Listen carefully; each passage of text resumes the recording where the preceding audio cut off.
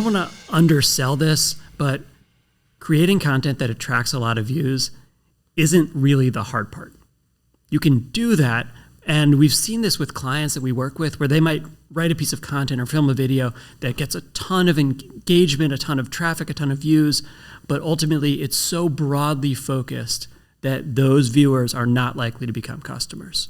And so you've heard those referred to as vanity metrics. Yeah. And it's funny because sometimes some of the things that we track, like bounce rate, the higher your view count, the higher your bounce rate is too, because most likely the people who are coming in are not really looking to take that next step with your business. Yeah. So that's all important. Getting views is important, but thinking about, as you said, casting so wide a net means you're going to get a lot of people who aren't realistically going to become customers, and it might not be a good use of your time. Yeah, that's interesting. In vanity metrics, everybody wants a lot of views. Everybody wants the numbers, the bragging rights, if you will, but that doesn't always necessarily convert to real customers or real interaction. So you said something earlier that was interesting too about getting the sales team involved and getting salespeople involved. Can we talk about what that means? Because I don't know if a lot of organizations do that. I think the marketing team is in one bucket, sales is over here, marketing's trying to create the content that they think, and it's like, how do you bridge that gap and give the sales team what they need?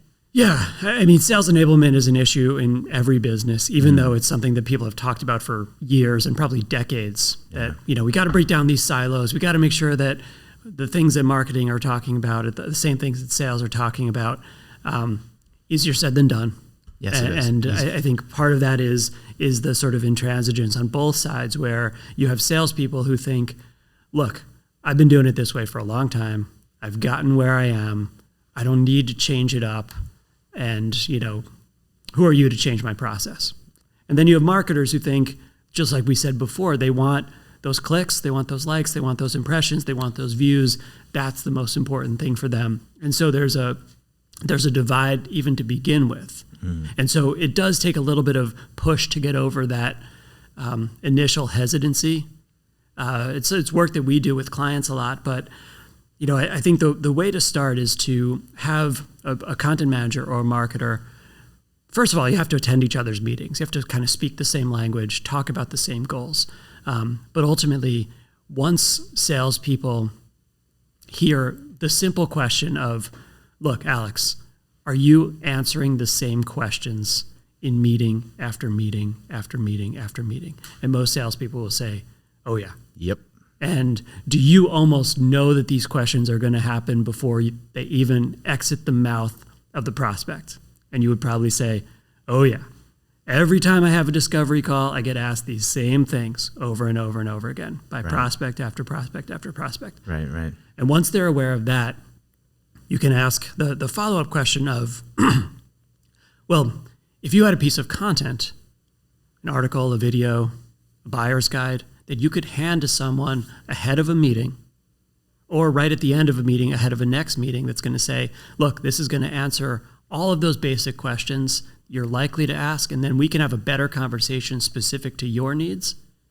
Once salespeople know that that's possible, then they're suddenly really receptive to being part of the content process. Right. And that really plays into the assignment selling piece that comes from the ask and answer, where it's really like, let's address the fears, worries, doubts, concerns immediately before people even have to ask them. So you're giving them what they want, and they have all that content, they have all those answers right there. And then also for your sales team, I feel like not having to answer the same questions over and over and over. It's probably a really nice piece to have. Right. And that means faster sales cycle. Yep. It means a better close rate.